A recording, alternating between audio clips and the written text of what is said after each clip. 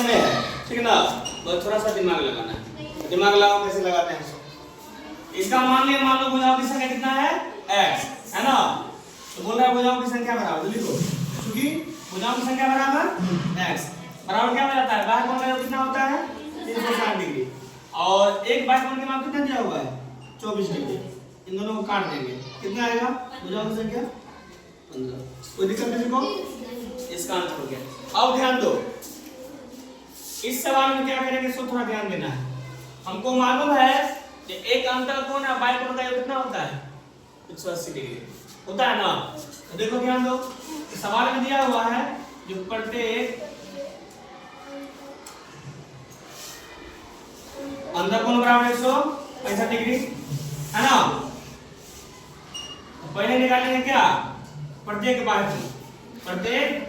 बाह्य कोण की माप बराबर क्या, है ना। उसके बाद भुजाओं की संख्या। अब ध्यान दो, क्योंकि हम जानते हैं जो प्रत्येक अंतःकोण प्लस प्रत्येक बाह्य कोण की माप,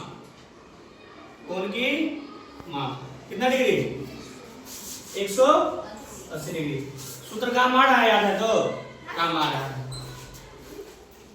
प्रत्येक अंतःकोण की माप कितना है 165 डिग्री। मान लेते हैं x, मान लिए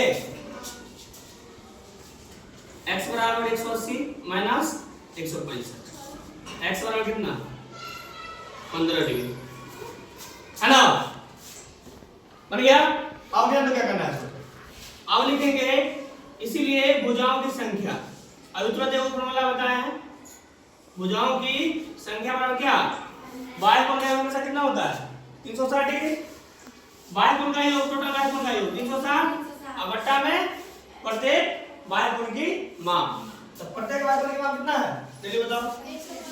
अभी 15 ना है, 15 से भाग देंगे 24 आंसर, यानी n बराबर 24। इसी को दिक्कत समझ आया, समझ था ना बढ़िया। तू जो है कर लो।